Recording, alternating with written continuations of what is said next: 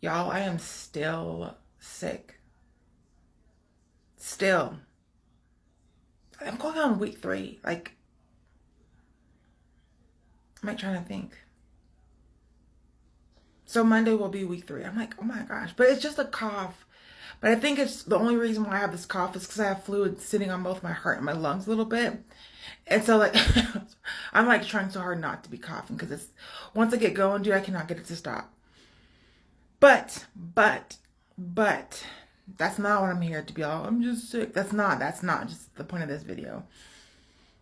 Don't start. I'm trying so hard not to cough. But I am getting better. I am getting better. I'm not as sick. It's just this lingering cough. I know it's from the fluid on my heart and lungs. Okay, so I know in my videos I was talking about how I made headway in regards to my health, after the strokes, the aneurysms, my open heart surgeries, all of that. I'm like, where do I start? So, all this was brought on by sepsis, and I really had to fight from hospital to hospital, provider to provider, because let's just be real, New Mexico is very ignorant and arrogant across the board.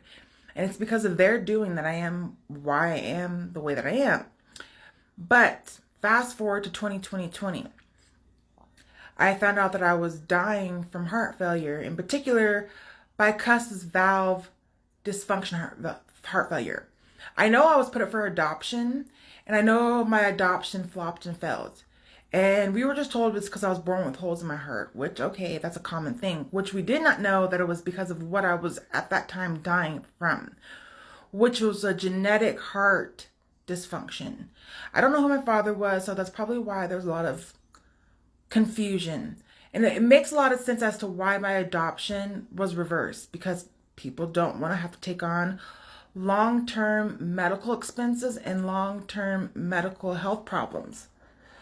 So that was what we went in for surgery for. But there was a lot more complications than we expected. The holes I was born with not only did not, oh, not only did they not close, they were like 10 times their size. So we had to do what was called patchwork, and they had to reconstruct my entire heart, the valves and the arteries out of both cow and pig. Because of my strokes and aneurysms, I was not a candidate for the mechanisms for most people who get open heart surgery. And so once I got that surgery, it was supposed to last for 12 years, but we weren't going to wait that long. We were going to do 10 years. Mind you, this was in 2022. And 2023 going into 2024, I started having very weird symptoms, and I knew immediately that something was wrong. Now, mind you, I was with UNM Heart, Fifth Floor Heart. It was Dr. Alangada who gave me my diagnosis of bicuspid heart valve dysfunction, and was informing me that I went from moderate to moderate critical and I was dying. But what we didn't know was I was already showing symptoms, and I didn't know that that's what that was. Mind you, like I was dying. He completely just disregarded. He was ignoring me. He wouldn't even let me talk to a surgeon. By the grace of God, I listened to myself, and thank God. I said, fuck them, reported them, which did nothing, straight up hitchhiked to Loveless Heart Institute, saw Dr. Parafanini, just was hoping that she would just see the desperation on my face, because they didn't have a referral, they didn't have my medical history. And she took me in that day, expedited all the testing. And mind you, this was on a I'm trying to get my timeline straight. This was on a Friday. On a freaking Friday, right? They did the test. They called, no, let me go back. This was on a Monday we did this test, right? They called me that Friday, and they were like, can you get here? Can you get here this weekend? Like, we need you here by this Monday. They're like, it's so far worse than what you thought. Like, you're dying. Like, we need you here now. And I'm like, I'm blind, and I live in the state of New Mexico, and you can only schedule rides for 3 business days. They don't give a fuck about nothing. And so like, well, get to your hospital, which is San Juan Regional. Like, if they see your heart, they'll see that you're dying. They'll fly you out. I'm like, it's San Juan Regional Hospital. They're the reason why I am the way that I am.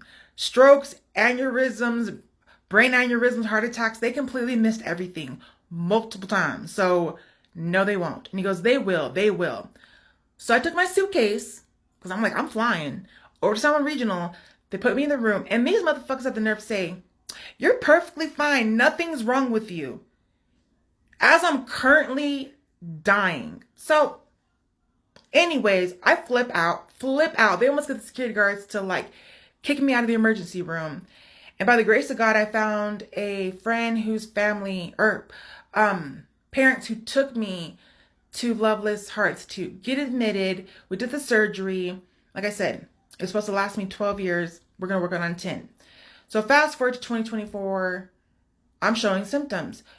Loveless Heart Institute at this point now are dropping the ball as far as the aftercare. They're just not wanting to do anything. And so I'm now with Farmington's heart doctor. They finally get me in, they do the test, and they confirm, yes, your body is rejecting